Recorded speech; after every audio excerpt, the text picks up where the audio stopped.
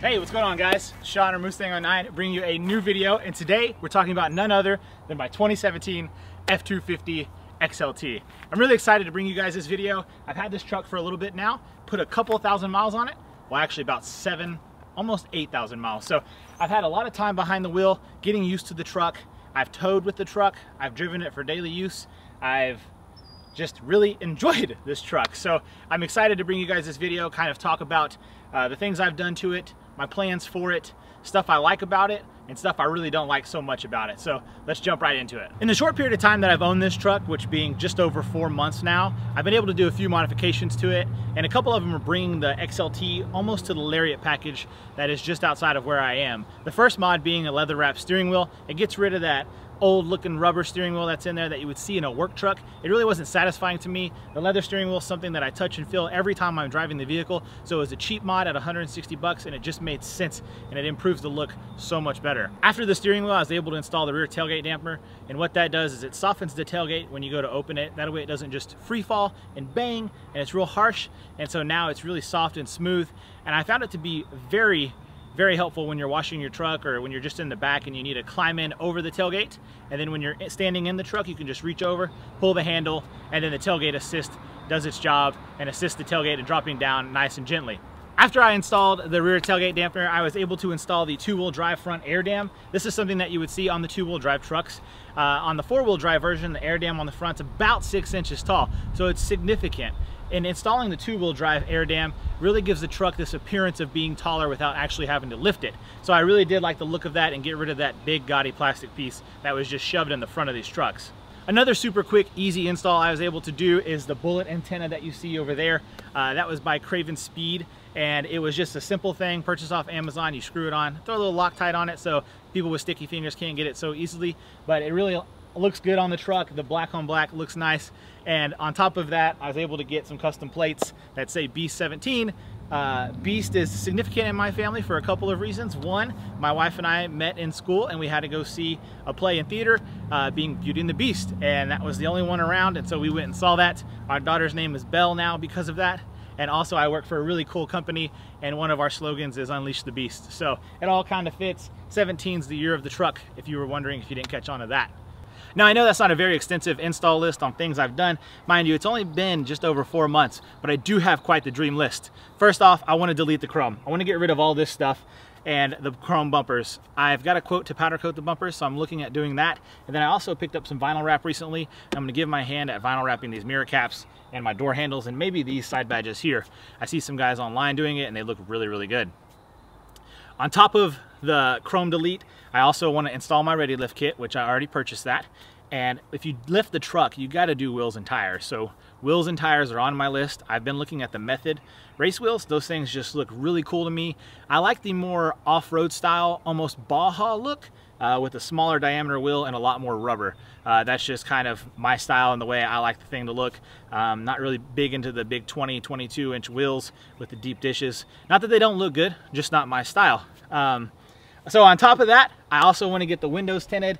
The fronts aren't done from the factory, but I do want to get some solar tint all the way around so that it really does block the heat. Out here in Texas, it gets really hot in the summer, so tint is going to be key. And the last thing on my short list of modifications for now are some floor mats inside. I'm looking at the Husky liners or the WeatherTechs. I had WeatherTechs in one of my cars before and they did just fine, but I'm hearing really good things about the Husky liners, so I may give those a shot. And speaking of Husky liners, they also make liners for inside the wheel well, which Ford for some reason doesn't put that in from the factory, which is crazy to me, so I might as well just go ahead and throw that on the list and put the wheel liners in there too. I think it's a mod that should be done from the factory, so why not go ahead and do it.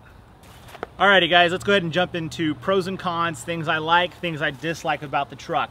To start off, I absolutely love this truck. This is the nicest vehicle I've ever purchased, and I'm absolutely satisfied with my purchase. I'm 100% in love with this truck, and I am so happy that it's one of my daily vehicles. I drive this for work. I drive this all the time. I love this truck, so we'll start off with that. One of the big reasons why I love this truck is I love the power of the 6.7. I love how big the truck is and how tall it sits up as opposed to like just a standard F-150. This truck is just very masculine. When you get inside, you feel like a man. It makes you feel good, and the truck just really looks good. I love the body style of the 2017s and up. The way that Ford made these lines a little more squared off is just what I was looking for, and I just am extremely happy with the truck so far. It's amazing how manufacturers these days can make trucks so much quieter, especially the diesel versions. The 6.7 motor in this truck just purrs like a kitten. It's not too loud, and it's just enough noise for me that I can hear that diesel engine work. I also appreciate how quiet it is in the cab from the road noise and the tires. It's not over the top, and like I mentioned before, this is my daily driver truck. I use this for my work duties where I'm constantly taking phone calls and I just need a place to think, and this truck allows me to do that. So I don't foresee me changing the exhaust on it or making it super loud in the future. I really do like the sound that it has currently. Speaking of being on the phone, the Bluetooth system in this truck works perfect. I haven't had any issues. The entertainment center is really nice with the nav and just the Sirius radio and the functionality of it all. It's very user friendly, and the navigation's faster than any other navigation I've ever seen. My wife has a Lexus. It's faster than that, and it's faster than the old sync system that used to be in her Ford Fusion. So I really do appreciate what Ford's done inside. On top of that, they've added a ton of storage. The center console is huge. It's deep. You could probably fit a 30 rack of beer in there. Not that I've tried it, but just for size comparison, you guys can imagine what a 30 case of beer looks like, and it'll fit in that center console, no problem. On top of that storage, behind the rear seat, you also have a storage compartment that can lay flat, so your floor will be smooth, or you can prop it up and even lock it so that when you lock the rear seat down, you can't get into it. But that compartment back there has just been super useful when you want to throw tools back there, and it's got like a rubber mat inside so the stuff doesn't slide around in there. I have a ball receiver back there and some tie downs and some car cleaner just in case I need it. And so it all fits underneath there really nicely. Alrighty, the moment I'm sure a lot of you guys are waiting for, and that is the list of dislikes on this truck, the things that I just can't stand about it. And it's very short, I'll be honest with you. I've tried picking stuff apart and I've tried nagging at it, and there's really not a whole lot that I'm just in dislike about it. The one thing that really bugs me is the center console, or the center area underneath the radio. It just kind of creaks a lot, especially on warmer days. It seems to be when it's like 70 or 75 and up, it likes to move around in there and creak a lot. So I'm not sure what's causing that. It's quite annoying because it does add noise to the inside, and it just, any creak in my mind just drives me nuts. I know there's somebody out there that is just like me. It's kind of like when you can hear somebody chew their food, it just drives you crazy. And that's the same way the creaking noise inside does to me. It just drives me completely bonkers. My last complaint, and I know it's a short list with only 2, is the fact that these trucks do not come with LED lights on them. It's kind of disappointing that it's an option and it's not regular equipment like the F250. So it's a little disappointing, especially for the price that you pay for the truck.